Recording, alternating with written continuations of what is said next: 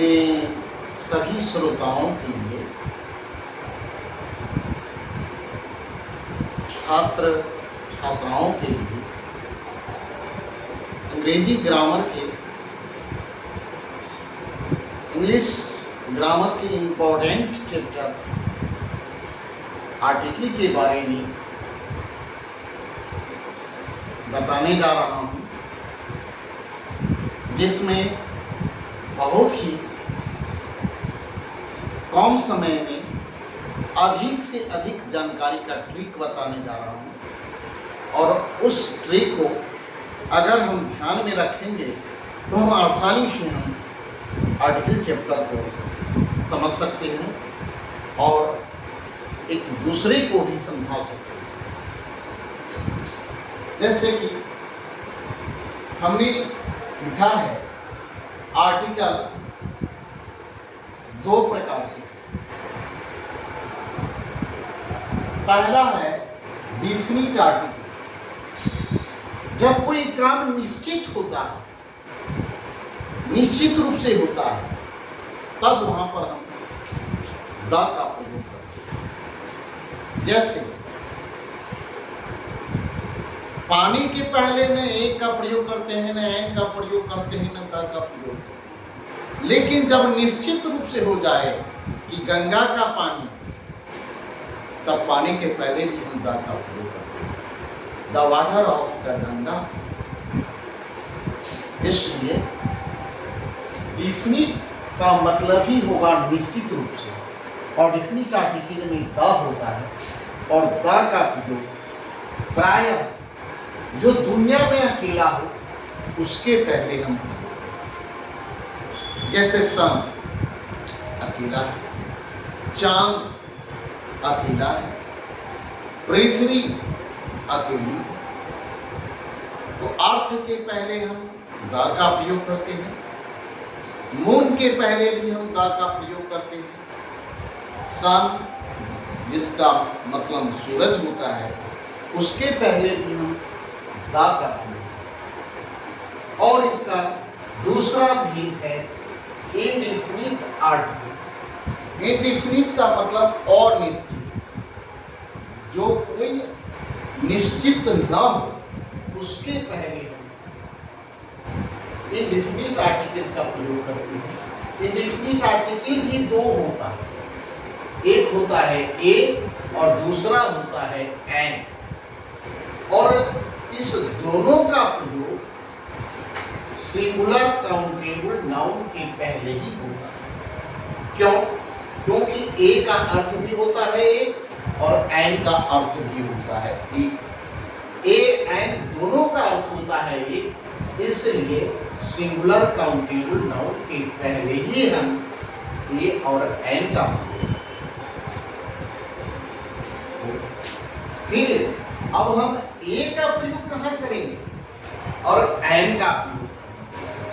इस दोनों का प्रयोग तो हम सिंगुलर काउंटेबल नाउन के पहले किए, लेकिन अब ए होगा या एन होगा इसका डिसीजन करेंगे, क्योंकि कंसोनेंट साउंड के पहले ए का प्रयोग करेंगे और वॉवेल साउंड के पहले एन का प्रयोग। साउंड इसलिए कि कंसोनेंट रहते हुए भी अगर उसका उच्चारण वॉवेल की तरह होता है, तब वहां पर एन का प्रयोग करते हैं, और वॉवेल रहते हुए भी अगर उसका उच्चारण कंसोनेंट की तरह होता है तो वहां पर हम ए का प्रयोग करते हैं। जैसा कि इन एग्जाम्पल्स में हम बताए हैं कि हॉर्स, हॉर्स में इस एच का उच्चारण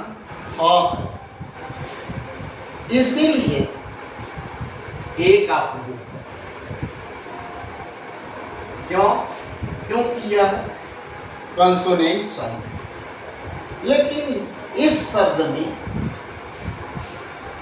आवर, हावर नहीं करते अगर एच साइलेंट हो जाता, क्योंकि यहाँ पर इसका उच्चारण अ से होता है, इसीलिए हम इसमें एन का प्रयोग करेंगे। क्यों? क्योंकि इसका उच्चारण कंसोन भवेल की तरह होता है, इसका उच्चारण कंसोनेंट की तरह होता है, इसीलिए इसमें ए और इसमें एन। एस डी एस तो है कंसोनेंट, लेकिन जब इसका उच्चारण करते हैं तो एस ए पहले कहना पड़ता है जो कि भवेल होता है, इसीलिए हम एसडीएम के पहले भी हम एन का ही प्रयोग करते हैं।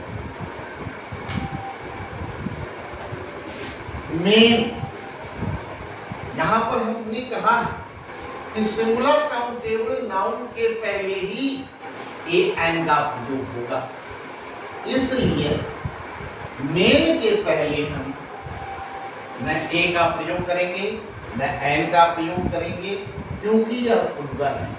सिंगुलर रहेगा तभी हम ए एन का प्रयोग करेंगे, अब प्लूरल में नहीं कर प्रयोग, इसीलिए इसके साथ हम किसी आर्टिकल का प्रयोग करेंगे। मून, मून एक ही चांद है दुनिया में, इसीलिए मून के पहले भी हम गा का,